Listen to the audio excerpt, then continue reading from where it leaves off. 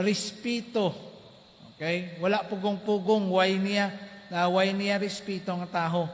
Na mga irreverent talkers, those who use the name of God in vain. Okay? So, ang basang Bible in Exodus chapter 20 verse 7, thou shalt not use the name of God in vain. Okay? They use the name of God in cursing. They use the name of God or using vain repetition of His name carelessly.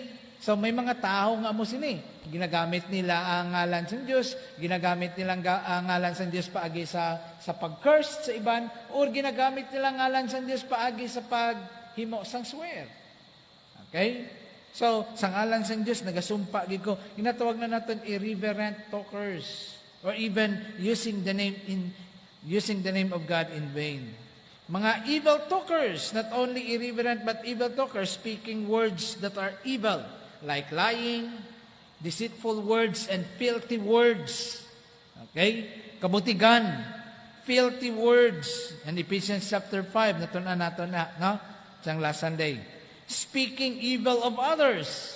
Ginatawag natin mga revilers or backbiters or accusers of false witnesses.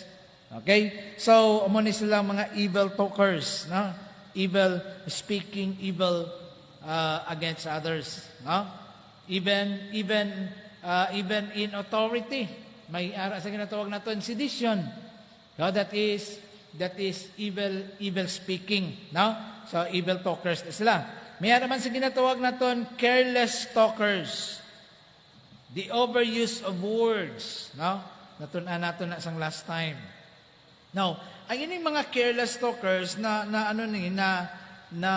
belong di siya ang ginatawag naton using of words that are euphemism, no? Sang last time natun-an naton na tandog naton ina ang ginatawag naton euphemism.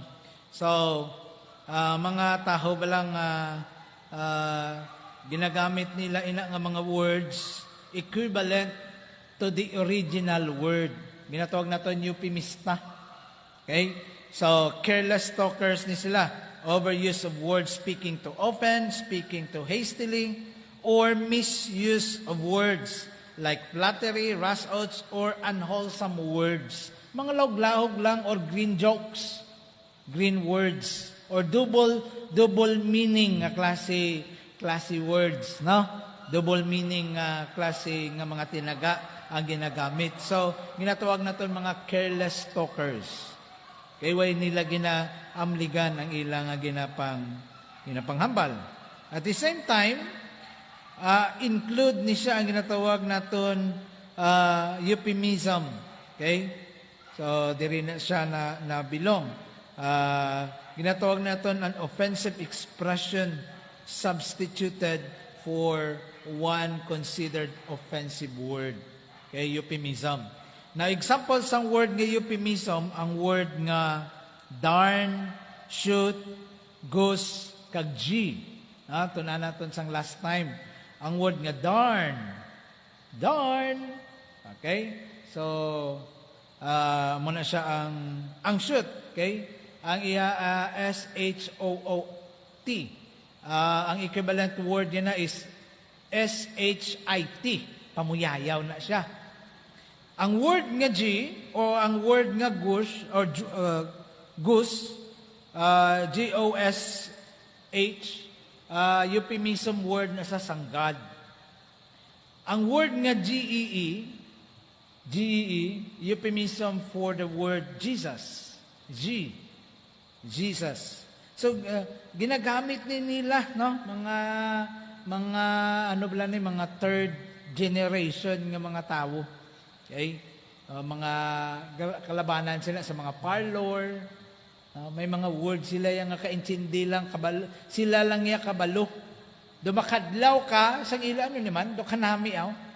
Ay hambal mo do happy people, pero way kakabalo, nga ina nga mga words. Okay? Sila lang kaintindi, nga ina equivalent words sa amosina. Okay? Kagina mga panglait na or accursed or ginagamit na ang ngalan sang Diyos. That is euphemism. And that is a careless talkers na belong. Mayroon man sa ginatawag natin gracious talkers, those whose speech leads to edification. Words that could edify, words that could delight, words that could give direction to others. Ginatawag natin gracious talkers. Okay? Now, tandaan natin, truth itself is hurting. Ang kamaturan, sakit na siya daan. Okay? Pero dapat, kung maghambal kita sa kamatuoran, ano ang hambal ni Apostle Peter? It will always season with grace. Si Apostle Paul, truthful to siya. At every time makasugata sa isang tao, atake yun, yung basta sala-sala. Okay? When siya lipod-lipod, si Apostle Paul, so damo to sa isang kontra, wala. Amo to siya ka straightforward nga tao. Every time magsulod siya sa isa kasimbahan, every time makakadto siya sa isa kasi straightforward to siya. Okay? Sa pagka-straightforward niya, ang kamaturan, sakit na daan. Right? Pero ang bal ni Apostle Peter, always season it with grace, nga ang hearer, ang nagapamati, matagaan, grasya. Nga inang kamaturan, mangin grasya sa iya ka makatulupangod sa sang sala niya. Okay? So, sala na nga daan ni ginaubraya, pero kung ginlansang ta na siya sang sala niya, paano pa sa katalupangod, kay ginlubong ta na siya? Okay? So, we need to be gracious, no, sa aton, bisan pa sa aton nga ginahambal. Now, what would be the importance of proper talking? Now, why we need to have a proper talking? Now, ano pala kan nisisidad ini sa mga Kristohanon, the importance of proper talking? The importance of